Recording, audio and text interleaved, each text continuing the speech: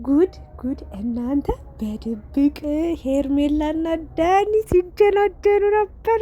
ጉድ ዛሬ ሚስጥሩ ላወጣው አብርሽ። ውይ አሁን ወዴት ሄደ?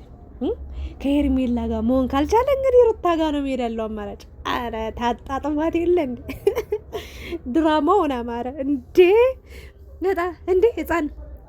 ኧረ ቆይ እኔ ቀስ ብዬ አሁን ያላችሁ ቡና እንደ የሆነ ለስላሳ ነገር እየጠጣው ባወራችሁ ደስ ይለኝ ነበረና ማለት ነው። የሚገርማችሁ ዳኒና ሄርሜላ እስከ ዛሬ ጉድ ሆነን በድብቅ አብርሽ ከሩታ ጋር ሲያወራ ለምንድን ነው የምታወራት? አንዴ ህይወቷን በቃ ህይወታችሁ ተለያይቶ አይደለም አንተ የኔ ብቻ ነህ የኔ ብቻ ነው ስትል ቆይታ ሩታ ሰራላለሁ ብለው ነበር ሄደችው። ካስታወሳችሁ ትናንትና የሆነ ነገር በግዴታ እኔ ጋር እንድትመጣ የሚያደርግ ነገር አለ ብላ ነበር። ስለዚህ ምን ቀመረች መሰላችሁ?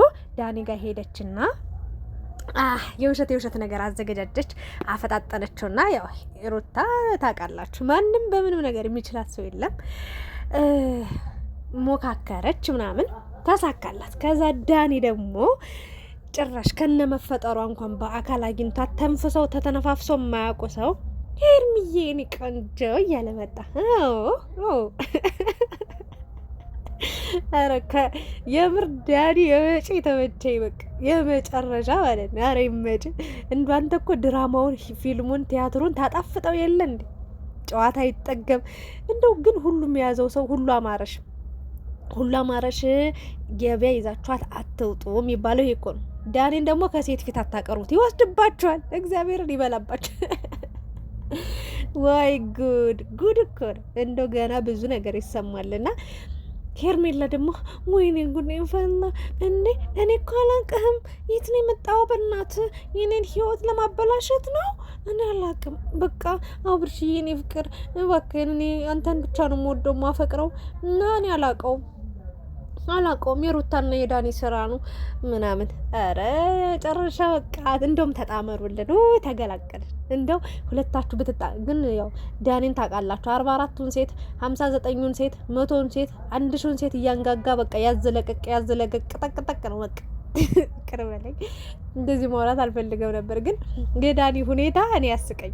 ግግም ያለ ስግጥ ያለ ወሬ እኮ የሚያወራው በቃ ድንጋዩን ማለት ነው። ይሄ ውሃ ነው ካለ ውሃ ነው በቃ፣ ሌላ ምንም በቃ እንትን አይሆንም። በቃ ይሄ ድንጋዩ ውሃ ነው ካለ ውሃ ነው በቃ።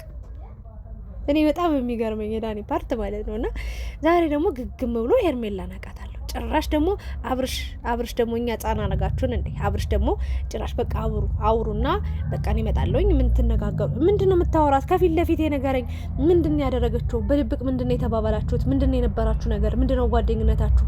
የትና እንዴት ነው የምትተዋወቁት? ይሄንን በማስረጃ አስረዳኝ ብሎ አፋጦ እዛው ላይ እውነታውን ማወቅ ሲችል ምን አለ? መጀመሪያ ተቆጣ። ምንድነው ይሄን ቴክስት ምናምን አለ። እንደውም የሰማው እንትን ከመሄዴ በፊት ነው፣ ዘዋይ ከመሄዳችን በፊት ነው፣ ግን እንዳይደበርሽ ብዬ ምናምን ዝም አልኩኝ። አሁን ግን ተደጋገመ። ስለዚህ ዳኒ ብዙ ማስረጃ እየነገረኝ ነው፣ ተናገሪ። ከዛ እኔ ምንም አውቀው ነገር የለም፣ ይሄ ቅንብር ነው። እንዴት ይሄ ያንቺ ስም ያንቺ ፕሮፋይል አይደለ ወይ? አረ አይደለም አለች። ከዛ እንደዛ ብሎ እውነታውን መጠየቅ ሲችል ምን አደረገ? በቃ እናንተ አውሩ በቃ። ምን ሚስጥር እንዲያወሩ ወይስ እንዲሳሳሙ ፈልገ ነበር ያኔ? ከዛ ያስኩሽ በቃ አንቺ እውነትን በቃ ለኔ አትመጥኝም አትወኝም ብለ ጥፍ ልትል ወደ ሩታ። ኧረ እባክህ መጨረሻ ላይ እንደውም ይመስለኝ እኔ ዳኒና አብርሽ ተመካክረው ነው የሚመስለኝ። በቃ ሄርሜላን በዚህ ምክንያት ካላራቋት እንደው የሩታ ስራ ራሱ ይመስለኝ የአብርሽ ስራ ነው። አማራጭ የለውም አብርሽ። በቃ ልብ ውስጥ ያለችው ሩታ ነቻ። በየት በኩል ሄርሜላ ትቀምጥ? በየት በኩል እንዴ? አንዳንዴ እኮ ማለት ነው አንድ ልጅ ምን ብሏል መሰላችሁ? የበሰለ ልትበላ የቀረበች ናት ሄርሜላ ብሏልና ሩታ ወጣ ወርዳ ዋጋ ከፍላ ተሰድባ ተሸማቃ ድንጋይ ተወሩሮባት ተተፍቶባት ተሰድባ ተዘግዝቃ ፎቶ ቤተሰቦቿ ሁሉ ሳይቀር እንዴት የወንድ ልጅ የፍቅር ጥያቄ ታቀርቢያለሽ አንቺ ባለጌ ተብላ ብዙ ዋጋ ከፍላ እዚህ ደረጃ ላይ አብርሽ በኢየሱስ ክርስቶስ 100% የቀየረችው ሩታ ናት። 100% አለባበስ፣ አመጋገብ፣ አረማመድ ሳይቀር በፊት የነበረውን ማንነት አታውቁም እንዴ? እንዲህ አድርጋ የገነባችውን ያስተካከለችውን ፍቅር ሊበላ የቀረበን ነገር ሄርሜላ መጣሽ ዘው ብለሽ ገባሽበት። ከጅምሩም ተይ እኔ ብዬ ነበር። ተይ አይሆንሽም። የፈለገ ባለትዳር ይውላችሁ ቢጣላም ቢጨቃጨቅም ቢከራከርም ሌሎቻችሁ አሁን ጣልቃ ልትገቡ ያሰባችሁ ውሽማ ልትሆኑ ያሰባችሁ በቃ እሱ ከሚስቱ ጋር ተለያይቷል፣ በቃ እኔን ይፈልገኛል ከኔ ጋር እንሆን ብላችሁ ገና ከተለያዩ 1 ሳምንት 1 ወር እንኳን ሳይሞላቸው ሰው ህይወት ውስጥ ዝል ብላችሁ የምትገቡ ሰዎች ከሄርሜላ ብዙ ነገር ተማሩ። መታረቃችሁ አይቀርም። በትዳር ውስጥ ይጣላሉ፣ ይጋጫሉ፣ ይገናኛሉ ድጋሚ በቃ ያለ ነገር ነው። ሄርሜላ በመሀል ባትገባ ሌላ ጭንቀት አይመጣም ነበር። በቃ አብርሽም አርፎ ቢቀመጥ፣ አብርሽም ያለ ሴት አልተነፍስም፣ አልራመድም፣ እንቅስቃሴ የለኝም፣ ነፍስ የለኝም ማለት ሩታም ያለ ወንድ በቃ አጥንቴ በቃ አይንቀሳቀስም አለች፣ ስጋዬ አይሄድም፣ አይራመድም አለች። እና ጉድ ነው። እና በዛ ወደ ዳኔ ስመጣላችሁ ዳኔ ደግሞ ሄርሜላ የኔ ፍቅር አላት እኮ በቃ የኔ እናት ወይ ልሞትልሽ ልሰቀልልሽ አላት። በቃ ልሰንቀርልሽ። ኧረ ይመድ እንዴ አጣፈጠው እኮ። ኧረ እንደው በተገላገለ አብራ ለነገሩ አይሆነ አይመጥናትም። ሌላ ኩል የሆነ እሷን የሚመጥናት እዚህ እዛ እንደ ጦጣ የሚዘል ዝም ብሎ ነገር የሚበላ ምናምን ነገር የሚያባላ ምናምን ሳይሆን ማለት ነው ኩል የሆነ ከእሷ ጋር የሚሄድ እንደዚህ አይነት ሰው ነው የሚገባት ለሄርሜላ ብዬ ነው የማስበው። ዳኒ ከማጠሩ መጎጠሩ የምሬ ነው። እሱን ነገር ብላ በሉት ነገር በጣም እንደ ቦምቦሊ ነው የሚጎርሰው። ለማንኛውም ግን ውሸት ነው። ዳኒና ሄርሜላ በድብቅ ምንም አይነት ግንኙነት አልነበራቸውም። ሲጀመር እንኳን ግንኙነት ይቅርና ማለት ነው ተገናኝተው በአካል ራሱ አያውቁም። እሱ በዩቲዩብ ያያታል፣ እሷም በዩቲዩብ ታያለች። ግን ይሄ ሴራ ሆን ተብሎ አብርሽና ሩታ አንድ እንዲሆኑ የተደረገ ነገር ነው ወይ እንደዛ ነው ወይ ደግሞ እኔ ሲመስለኝ ሩታ በዛም በዚህም አለች በቃ እንደማይሳካላት አውቃ ዳኒን ልካው ከዛ ዳኒ ደግሞ በቃ አብርሽ ከሄርሜላ ጋር እንዲህ አይነት ነገር አለሽ በድብቅ እንዴት አደርግብኝ ነበር እንዴት ሆኝ ነበር ምናምን ብሎ እንዲጣላት ከዛ ወደ ሩታ ደግሞ ማርኝ ቅርበኝ ሲላት ከዳኒ ጋር ሆና የምትበቀለው ነው የሚመስለኝ ሩታ። በቃ የጠረጠርኩት ነው እንግዲህ ጠርጥሩ አትጠርጥሩ አይባል ጠርጥሩ ወይ ደግሞ አብርሽ ሆን ብሎ ግን ከአብርሽና ዳኒ መቼም አይስማሙ። ይሄ እንኳን የሚያስማማ አይመስለኝም። ግን ልበላችሁ አብርሽ እንደዚህ በልና በቃ የሆነ ከሷ ጋር እሷ የራሷን ህይወት እንድትጀምር ነገር አድርጋት አይነት ነገር በቃ ተስፋ ቆርጣ በአብርሽ ምናምን የራሷን ህይወት እንድትጀምር። በነገራችን ላይ ሄርሜላ ልጅ አላት እየተባለ ነው። የሆነ ጊዜ ቪዲዮ ተሰርቶ ነበረ። እባክሽ እማዬ ድንገት ለስራ ብለሽ እንደወጣሽ ነው የቀረሽው፣ ናፍቀሽናል እያለች የጻኗ እያለቀሰች ቪዲዮ ሰርታ ነበር በሚያሳዝን ሁኔታ። ባሏም እባክሽ እያለ እየለመናት ነበረ። የእውነት ነው ውሸት ነው የሚለው ነገር አላውቅም። ብቻ ግን ሄርሜላ ያው እኔ በጊዜ ራሽን ህይወት ብትጀምሪ በራስሽ መንገድ ብትንቀሳቀሽ ይነው ይጠቅምሻል ብዬ አስባለሁ። ዳኒ ግን ይመች። አቤ ተቀምመው የለ እንዴ ታሰማምነው የለ እንዴ ይሄን ነገር ይገርማል። የሩታ ስራ ግን እንደው በጣም ገርሞኛል። ለማንኛውም ሄርሜላ በሰው ትዳር ዘው ብለሽ የገባሽ አንቺ ነሽ። አይክፋሽ እንግዲህ ወደሽ ከገባሽ ቢረግጦሽም አይክፋሽ የሚባል አባባል አለ። ይሄንን መረገጥ ይሄንን ለቅሶ ይሄንን እንባ ሩታ 10,000 ጊዜ ያሳልፈዋለች። ለማንኛውም እና ሩታም ጋር አብርሽም ጋር ጥፋት አለ። አዎ በደንብ 100% ጥፋት አለ። ግን ሄርሜላ አሁንም በሰው ትዳር መግባትሽ ስህተት ነው። ስህተት በቃ የማይሆንሽ ሰው ነው። ዛሬ ነው የመጣሽው በነገራችን ላይ ሩታ ሄርሜላ ማለት ነው። እና ልክ በቃ የአብርሽን ህይወት ከአስከፈ እንደቀየርሽው ህይወቱን በቃ ትልቅ ደረጃ ላይ እንዳደረሽው በአንቺ ምክንያት የተሻለ ቦታ ላይ እንደደረሰ እንደተለወጠ እንደተቀየረ አድርገሽ ነው የምታወሪው። ግን ትናንትና ነው የመጣሽው። 1-2 ቀን 1 ሳምንት ያዝናንተሽዋል፣ ፈታ አድርገሽዋል። ይሄን ቻፓ እያየ ይሄንን ጉንጭ እያየ እንግዲህ ሲስምም ሲያገላብጥም ሰንብቷል፣ ከርሟል። በቃ ይብቃ። ከዛ በላይ ግን ምንም ዋጋ ለአብርሽ ስትይ የከፈልሽው ዋጋ የለም። ለጊዜው በቃ ስለምወደው ብለሽ የፈለገ ጫና ይምጣ ብለሽ ከሱ ጋር እንደፈለግሽ ስትሆኝ ነበር። ማንም አልከለከለሽም ምናምን አብርሽም ሳይቀር እና አሁን ላይ ግን ያው ይሄ ሴራ ለምን ተሰራ የሚለው ነገር ትዝ ብሎሽ አስታውሰሽ ወደ ራስሽ ተመለሺ ይናው እና ዳኒ ተመቸኝ። ጭራሽ በቃ አብርሽ እያስጨነቀኝ ነው፣ መውጫ መግቢያ ሳጦኛል፣ ስለዚህ ወደ ውጭ ይዘኝ ጥፋ አለችኝ ይበል።